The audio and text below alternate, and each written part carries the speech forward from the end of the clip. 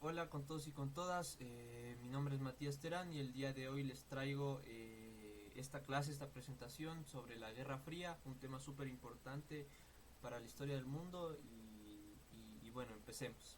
¿Qué fue la Guerra Fría? Fue un enfrentamiento político, económico, social, ideológico, militar e informativo iniciado tras finalizar la Segunda Guerra Mundial. Esta guerra se dio entre el bloque occidental, que en este caso sería Estados Unidos, representado por el capitalismo, y el bloque del este, el bloque oriental, que sería liderado por la Unión Soviética y representado por el comunismo. Esta guerra se dio por querer imponer sus hegemonías, o sea, sus ideologías políticas, en este caso el capitalismo y el comunismo, en el resto de los países del mundo. ¿Okay? ¿Cómo comenzó? La primera fase comenzó inmediatamente después del final de la Segunda Guerra Mundial en 1945. Estados Unidos empieza con la creación de la alianza militar, en este caso llamada la OTAN, en 1949, con el objetivo de frenar la influencia soviética en Europa. Tiempo después, la Unión Soviética también responde a la creación de esta alianza con el establecimiento del Pacto de Varsovia en 1955. O sea, la Unión Soviética, creando este pacto, responde a la creación de la OTAN.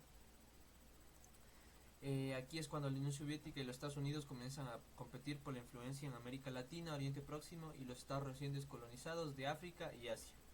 ¿Okay? Los logros de la reforma. Después de la crisis de los misiles cubanos, esta crisis fue igual una confrontación no bélica, o sea, no con armas, pero más bien fue una confrontación en la que estuvo involucrada Cuba, y obviamente también fue para imponer las ideologías de estas dos, que al final terminó ganando la ideología comunista, y por esto hubo una serie de problemas entre Cuba y Estados Unidos, y por eso se le llama la crisis de los misiles cubanos, pero esto sería resumiendo, ¿no? Es mucho más amplio ese tema. Bueno, luego comenzó una nueva fase que vio como la ruptura sino-soviética, en este caso la ruptura entre China, la República China, y la Unión Soviética, que eran dos estados comunistas. Entonces China se separa del comunismo y rompe relaciones con la Unión Soviética. Luego la URSS, o sea la Unión Soviética, invadió Checoslovaquia, mientras que Estados Unidos experimentó una agitación interna del movimiento de derechos civiles y la oposición a la guerra de Vietnam. Esta guerra de Vietnam fue una guerra entre Vietnam del Sur y Vietnam del Norte.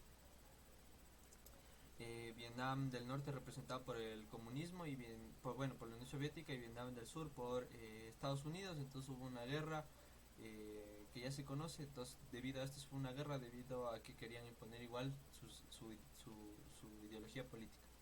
En las décadas de 1960 y 1970 se produjeron movimientos contra las pruebas de armas nucleares y por el desarme nuclear. Esto se dio debido a que estas dos potencias estaban avanzando demasiado rápido en la evolución de lo nuclear, de las bombas nucleares y de este tipo de cosas, por lo cual era peligroso y las personas estaban preocupadas.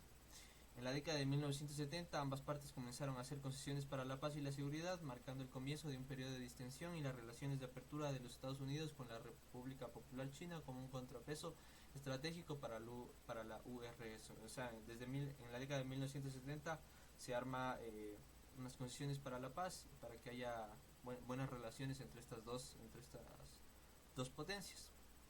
¿Okay? Y por último sería la disolución del comunismo, que empieza con la fase de estabilidad. Se derrumbó con el comienzo de la guerra afgano-soviética en 1979, o sea que ya no hubo paz, y la década de 1980 fue otro periodo de tensión elevada. Estados Unidos aumentó las presiones diplomáticas, militares y económicas sobre la Unión Soviética, en un momento en que ya sufrió un estancamiento económico. A mediados de la década de 1980, el nuevo líder soviético Mikhail Gorbachev introdujo las reformas conocidas como Glasnost y Perestroika. La Perestroika fue más para apoyar el sistema económico y para mejorar la economía del país, y la Glasnost fue para liberalizar un poco más el sistema, que en este caso el comunismo, y que haya más libertad de expresión y el gobierno esté abierto a más críticas. Y estas dos reformas pusieron el fin a la participación soviética en Afganistán. El resultado en 1989 fue una ola de revoluciones que, con la excepción de Rumania, derrocó pacíficamente a todos los gobiernos comunistas de Europa Central y Oriental. O sea, la Unión Soviética estaba perdiendo su influencia.